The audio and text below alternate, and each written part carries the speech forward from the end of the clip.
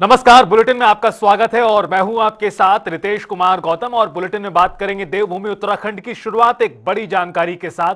बड़ी खबर, बड़ी जानकारी आपको बता दें, उत्तराखंड निर्वाचन आयोग पर सुप्रीम कोर्ट ने बड़ा फैसला दिया है।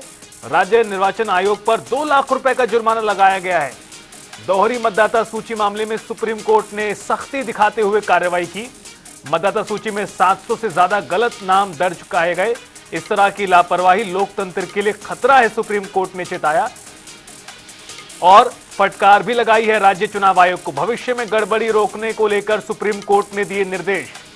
ये इस वक्त की बड़ी खबर आपको बता दें, जहां उत्तराखंड निर्वाचन आयोग को सुप्रीम कोर्ट से न सिर्फ फटकार बल्कि 2 लाख रुपए का जुर्माना भी लगाया गया।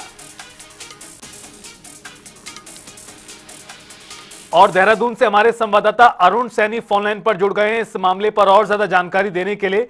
अरुण, दोहरी वोटर सूची में नाम का जो मामला था काफी समय से सुर्खियों में रहा और इसे लेकर जो ये अब खबर आई है तो बेहद बड़ी खबर। न सिर्फ चुनाव आयोग को फटकार लगी है सूबे में, बल्कि 2 लाख रुपए का जुर्माना भी लगाया गया सुप्रीम कोर्ट की ओर से।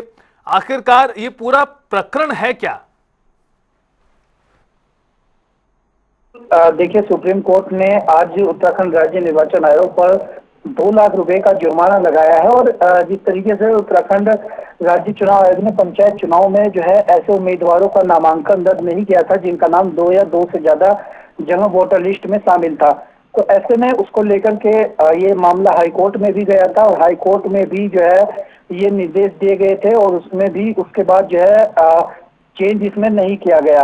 तो ऐसे में सुप्रीम कोर्ट में जो मामला गया, सुप्रीम कोर्ट ने भी अपना जो है पक्ष इसमें सुनाया और ऐसे में सुप्रीम कोर्ट ने आज जो है राज्य निर्वाचन आयोग पर इस मामले में पेनल्टी लगाई है और 2 लाख रुपए का जुर्माना जो है उनकी तरफ से लगाया गया। तो इस तरीके से जो है ये एक तरीके से बड़ा फैसला भी है। और जिस तरीके से पंचायत चुनाव में लगातार इस तरीके की बातें उठ भी रही थी कि 2 जगह जो है वोटर लिस्ट में जिनका नाम है उन्हें जो है नॉमिनेशन उनका रद्द नहीं किया गया।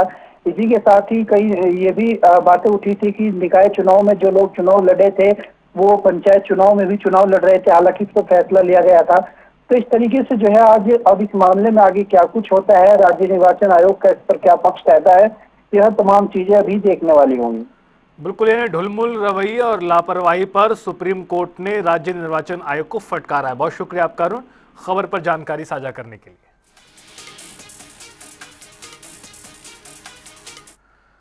उत्तराखंड में प्रतियोगी परीक्षाओं को लेकर छात्रों की चिंता के बीच मुख्यमंत्री पुष्कर सिंह धामी ने बड़ा बयान दिया। उन्होंने कहा कि राज्य सरकार हर छात्र के साथ है। परीक्षा 1 माह के लिए स्थगित की गई है। एसआईटी की जांच जारी है। किसी भी गड़बड़ी पर छात्रों के हित में सख्त कार्रवाई होगी। देखिए, मैंने पहले भी सभी युवाओं से मैं अपील भी करता हूं। मैं युवाओं से कल भी मैंने कहा था कि युवाओं को तय करना है कि आखिर उनका आंदोलन चलाने वाले कौन लोग हैं। आखिर उनके आंदोलन के कारण से या युवाओं को, नौजवानों को सड़क पर लाकर कौन लोग अपने हित साध रहे हैं, कौन लोग इसका पूरी तरह से, किन लोगों ने इसको राजनीति की तरफ पूरी तरह से धकेल दिया है, इसका राजनीतिकरण कर दिया है। ऐसे लोग हैं जिनका इन युवाओं से, भर्ती परीक्षाओं से कोई लेना देना नहीं है, केवल वो अपना स्वार्थ सिद्ध करना चाहते हैं। लेकिन हमारी प्रतिबद्धता है, जैसे हमने 25,000 नियुक्तियां पारदर्शिता के आधार पर करी हैं, बिना किसी भ्रष्टाचार के की हैं, हम आगे भी इस क्रम को आगे बढ़ाएंगे। हमारा संकल्प है, जो कैलेंडर है वो कैलेंडर जारी होगा। और जो वर्तमान प्रकरण आया था उसमें हमने युवाओं की तरफ से ही बात आई थी कि इस एक स्थान पर ये शिकायत आई है, इसकी जांच होनी चाहिए, निष्पक्षता से ये बात छात्रों के बीच में आनी चाहिए। तो हमने हाईकोर्ट के जज से जो है इसकी जांच के लिए उनके सुपरविजन में जांच कराने का सरकार ने निर्णय ले लिया है। एसआईटी गठित कर दी है और 1 माह तक भर्ती प्रक्रिया को पूरी तरह से रोक दिया है। कोई परिणाम आने वाला नहीं है और जो भी एसआईटी की जांच में सामने आएगा उसके आधार पर हम छात्रों के हित में जो भी निर्णय लेना होगा, हम 1 मिनट भी पीछे हटने वाले नहीं हैं। लेकिन ये भी दुर्भाग्यपूर्ण है कि छात्रों की आड़ में सरकार को निशाना बनाया जा रहा है, उसका राजनीतिकरण किया जा रहा है, देशद्रोह के नारे लगाए जा रहे हैं और सनातन धर्म का अपमान किया जा रहा है।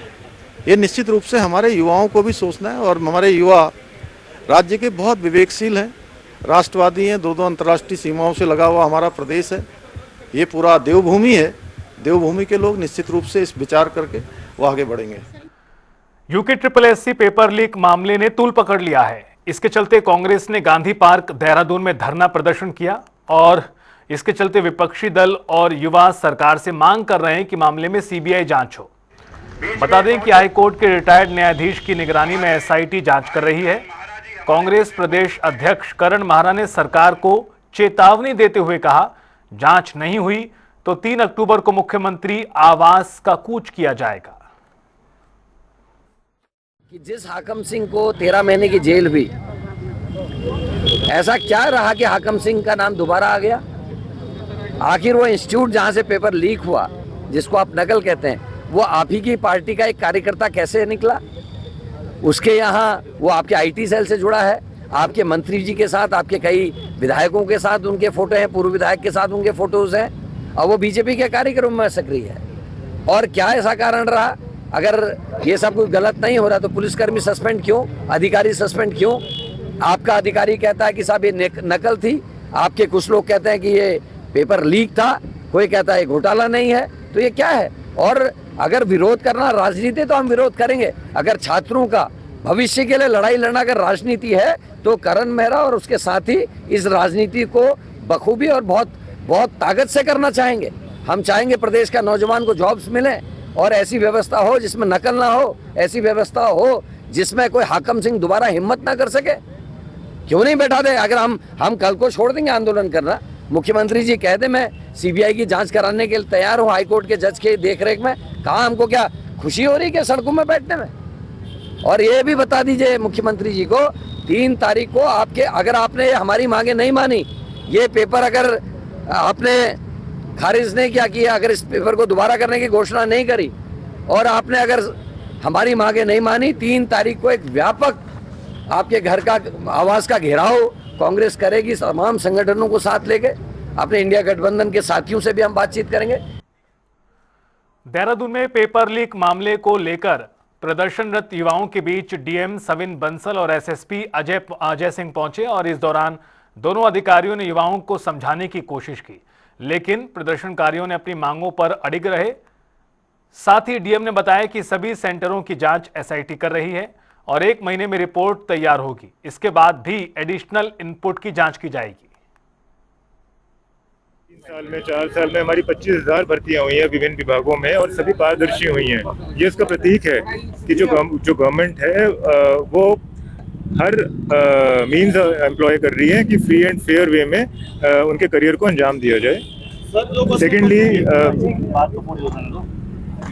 सेकेंडली जो हमारा नकल विरोधी कानून बना है वो इतना डेटरेंट है कि Uttarakhand has emerged as the first state कि जिसने बियॉन्ड हमारे एग्जिस्टेंट प्रोविजंस ऑफ लॉ एक स्पेशल लॉ क्रिएट किया है और इस तरह के कोई भी इनपुट्स आते हैं तो वो यूज़ किया जाएगा अवश्य रूप से इस कुप्रथा को डेटर करने के लिए। थर्डली हमने यहाँ पर जो अभी प्रोटेस्ट हमारे छात्र छात्राएं कर रहे हैं उनको यही समझाने का प्रयास किया है कि जो उनकी तरफ से इनपुट था, हमारी जांच एजेंसियों की तरफ से जो भी प्रिलिमिनरी इन्वेस्टिगेशन की गई थी उसमें ऑलरेडी जो ड्यू एक्शन था लॉ का वो लिया जा चुका है और आगे हमने सिर्फ उसी सेंटर तक कन्फाइन नहीं रखी जांच को, पूरे प्रदेश के हर एक सेंटर तक उस जांच को उसका जो दायरा है वो बढ़ा दिया गया है और जो हमारी एसआईटी स्पेशल टीम गठित की गई है उनको सुपरवाइज करने के लिए as a confidence building measure के हमारा एक सेंस ऑफ फेयर प्ले दिखे, उसके लिए एक हमारे ऑनरेबल रिटायर्ड हाईकोर्ट जज को चेयरमैन भी नियुक्त किया गया है। वो प्रत्येक जिले में जाकर पब्लिकली ओपन फोरम में सभी हमारे दलों से, छात्र संघों से, छात्र छात्राओं से इनपुट्स प्राप्त करेंगे। उनके पास कोई एडिशनल एविडेंसेस हैं, कोई वो कुछ कहना चाह रहे हैं किसी भी रूप में जो हमारी परीक्षा की सुचिता को डाउटफुल करता हो। हरिद्वार के धनौरी में युवा कांग्रेस कार्यकर्ता यूके SSSC भर्ती घोटाले को लेकर सड़कों पर उतर आए। साथ ही उन्होंने प्रदेश सरकार के खिलाफ नारेबाजी कर प्रदर्शन किया। पुतला दहन रोकते हुए आरोपियों पर कार्रवाई और भ्रष्टाचार की जिम्मेदारी तय करने की मांग की।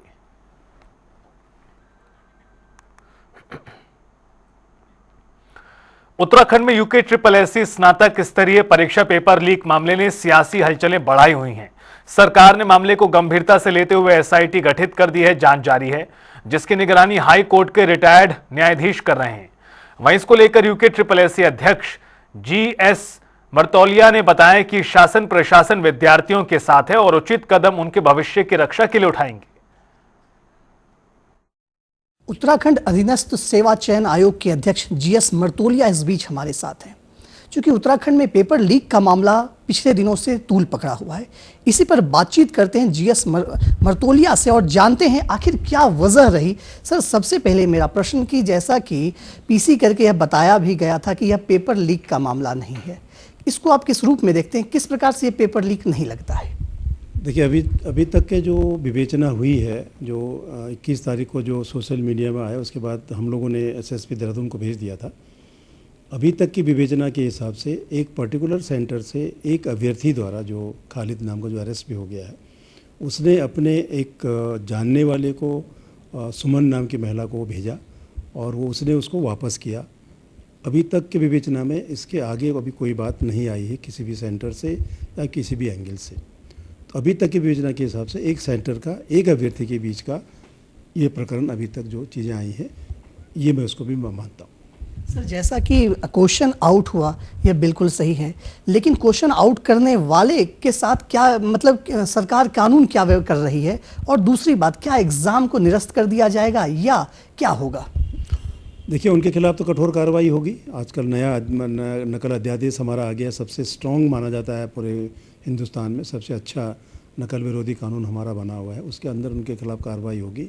10 साल तक की सज़ा भी है, करोड़ों रुपए का जुर्माना भी है और प्रॉपर्टी अटैच करने का भी उसमें प्राविधान है। और जहाँ तक एग्ज़ाम पोस्ट निरस्त करने का है, उसमें आपने कल देखा होगा गवर्नमेंट स्तर पर, माननीय गवर्नमेंट स्तर पर चीफ सेक्रेटरी साहब ने कोई प्रेस कॉन्फ्रेंस किया था कल, जिसमें एक SIT का गठन हुआ है, जिसको एक ऑनरेबल रिटायर्ड हाई कोर्ट के जज उसको उनके पर्यवेक्षण में होगा और उनको 1 महीने का टाइम दिया गया है कि इसमें कोई चीज़ और है या इसका कितना प्रभाव है, उसके बारे में निर्णय होगा। तब इस एग्ज़ाम के बारे में हम लोग निर्णय लेंगे। तो SIT जो इन्वेस्टिगेशन करेगी, जांच करेगी, सर क्या जांच का दायरा देहरादून रहेगा या उत्तराखंड में जांच का दायरा रहेगा? उसका जो नोटिफिकेशन हुआ है, उसका जुरिडिक्शन पूरे स्टेट में होगा। सर, मेरा अंतिम प्रश्न है आपसे कि जिस प्रकार से इसमें जो भी विक्टिम हैं, जैसे कि सुमन हुए, खालिद हुए और भी कई कड़ी जुड़ते जा रहा है, तो इस प्रकार से लगातार ये पिछले बार भी यह हुई थी, कड़ा कानून लागू हुआ उत्तराखंड में, उसके बाद भी यह हो रहा है, तो आगे क्या रणनीति रहेगी ताकि इस प्रकार की कोई घटना घटित ना हो? ठीक बात है, कठोर कानून के बाद भी एक खालिद नाम के आदमी ने इसका प्रयास किया, ब्रीच करने की कोशिश की, उसके विरुद्ध कठोर कार्रवाई होगी। और आगे किस तरह से करना है, जो चीज़ें कुछ इस घटना के बाद, इस प्रकरण के बाद कुछ चीज़ें आई हैं, जो चीज़ें कहाँ कहाँ कमी रही, उसके बारे में भी अपने को सिस्टम को अपडेट करने का हम लोग कोशिश करेंगे। और युवाओं को अभी भी मैं कह रहा हूँ कि आप बिल्कुल निश्चिंत रहिए और हम आपके साथ हैं और आपके साथ अन्याय नहीं होगा, आपके साथ धोखा नहीं होगा, ये मैं आपको विश्वास दिला सकता हूँ। मतलब इसको एग्ज़ाम को ये जारी रखा जाएगा, इस पर एग्ज़ाम को निरस्त नहीं की जाएगी? ये वही मैंने कहा ना, गवर्नमेंट ने कहा जो कल नोटिफिकेशन हुआ है उसमें 1 महीने का टाइम दिया गया है। उस 1 महीने में उस पर निर्णय होगा कि एग्ज़ाम निरस्त होगा या इसको आगे करेंगे। वो SIT जांच का हमें इंतजार करना पड़ेगा। सर, एक और अंतिम प्रश्न मेरा आपसे कि कांग्रेस के द्वारा भी CBI जांच की भी मांग उठाई जा रही है, तो क्या कांग्रेस बार बार करेगी? SIT पर उसको भरोसा नहीं है?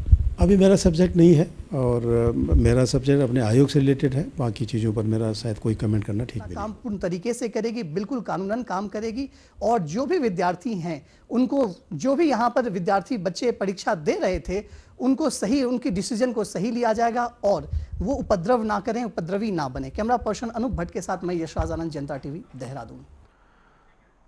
देहरादून में नगर निगम ने शहर की सड़कों को स्वच्छ और धूल मुक्त रखने के लिए जर्मनी की वैक्यूम बेस्ड रोड स्वीपिंग मशीनें खरीदी हैं, जिसका मुख्यमंत्री पुष्कर सिंह धामी ने आज फ्लैग ऑफ किया।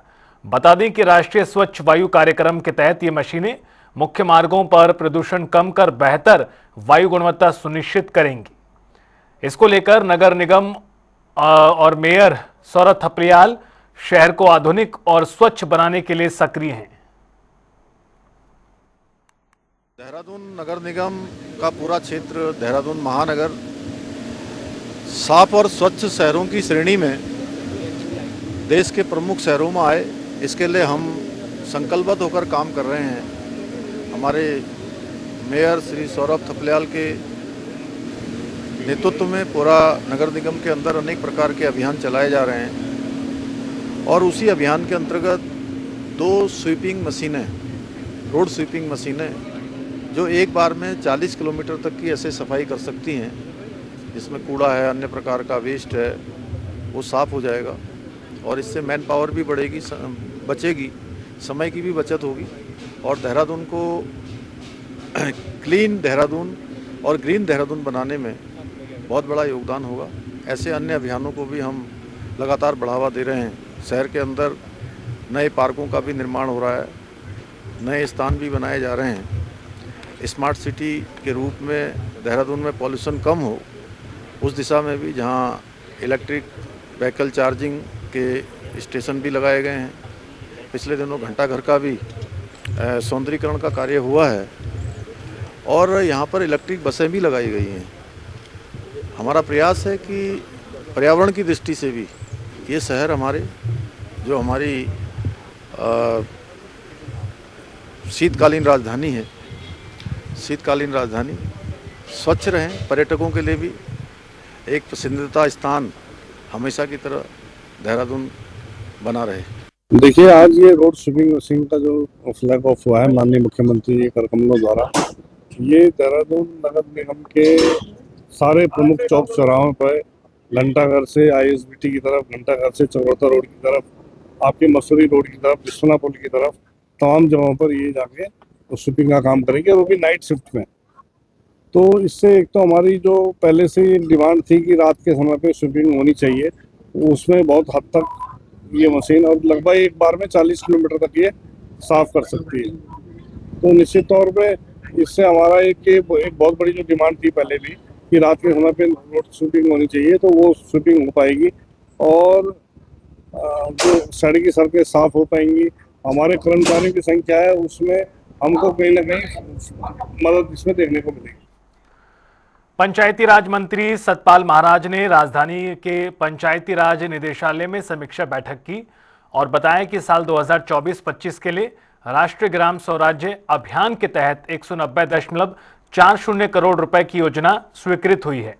इस दौरान पंचायत प्रतिनिधियों के प्रशिक्षण और अन्य गतिविधियों के आयोजन के आदेश दिए गए। मंत्री ने जिला पंचायत प्रत्यक्ष चुनावों की कार्रवाई की जानकारी भी दी, जिनके सकारात्मक परिणाम आने वाले समय में दिखाई देंगे। कामनाएं सभी को।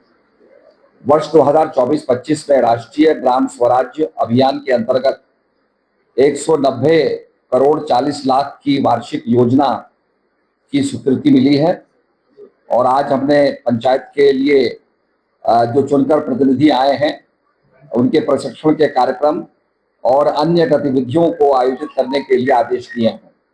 इसके साथ साथ जो प्रत्यक्ष चुनाव हैं जिला पंचायत के, उसके लिए भी हमारी कार्रवाई चल रही है और आने वाले भविष्य में उसके सकारात्मक परिणाम देखने को मिलेंगे। 29 विषयों का हस्तांतरण होना है, जिसके लिए लगातार हमारी कार्रवाई चल रही है। आज भी मैंने निर्देश दिया है कि उस कार्रवाई को जो है जल्दी किया जाए। इसके साथ साथ बहुत से कॉमन लक्ष्य को लेकर के हमारा जलागम और पंचायती राज काम कर रहा है। तो आज जलागम विभाग की भी बैठक ली गई और उसमें धारा और नौलियों के संरक्षण के लिए जलागम लगातार कार्यक्रम बना रहा है, जिसको हम अपने पंचायती राज से भी शेयर करेंगे और धौरे और नालों को जो है पुनर्जीवित करेंगे, उनको और सुदृढ़ करेंगे और उसका लाभ जनता को और मिले, ऐसी योजना। हरिद्वार में 2027 महाकुंभ की तैयारियों को लेकर पुलिस प्रशासन ने अभी से कड़ी कार्रवाई शुरू कर दी है। इसी को लेकर CCR भवन में हाई लेवल बैठक में IG नीलेश आनंद भरणे ने मेला क्षेत्र की सुरक्षा, ट्रैफिक और आपदा प्रबंधन पर दिशा निर्देश दिए। साथ ही अधिकारियों को जिम्मेदारियां भी सौंपी गई और पिछले कुंभ के अनुभवों का विश्लेषण कर सुरक्षा ब्लूप्रिंट तैयार किया गया। प्राथमिक बैठक है जिसमें विभिन्न हमारी जो शाखाएं हैं तो उनके लिए हम प्रोजेक्शन कर रहे हैं कि हमारे को जो है आने वाले जो कुंभ है उसमें हमारी क्या आवश्यकताएं हो सकती है, क्या क्या जिससे निर्माण है, उपकरण है, जो स्पेशलाइज चीजें हैं, ताकि हम पहले से तैयार हो कि हमारे पास पुलिस की अभी क्या संसाधन है, क्या उपलब्धता है और क्या आवश्यकता है। तो विभिन्न शाखाएं हैं, इन शाखाओं के साथ जो है हम लोग आपसी समन्वय कर रहे हैं ताकि हम लोग जो है एक बेहतर तरीके से तैयार हो सके कुंभ के लिए, जो है एक बेहतर हमारा पुलिस प्रबंधन होगा। सबसे बड़ा चैलेंज नहीं, ऑफ कोर्स क्राउड कंट्रोल तो है ही। जैसा हम देख रहे हैं कि कुंभ में जो है अभी जो प्रयागराज कुंभ था तो बड़ी संख्या में जो है यात्री श्रद्धालु आ रहे हैं, तो क्राउड कंट्रोल एक बड़ा चैलेंज है। और अपना सिक्योरिटी तो है ही, हमेशा सिक्योरिटी सिनेरियो जो अभी देश का है, तो ये सब चैलेंज अभी है ही पुलिस के लिए। ठीक है, ऑफ कोर्स हम लोग जो है वो इसीलिए बैठक की गई थी कि जो पिछला जो कुंभ हुआ है उससे हम और बेहतर क्या करें। और फिलहाल इस बुलेटिन में इतना ही। आप देखते रहिए जनता टीवी।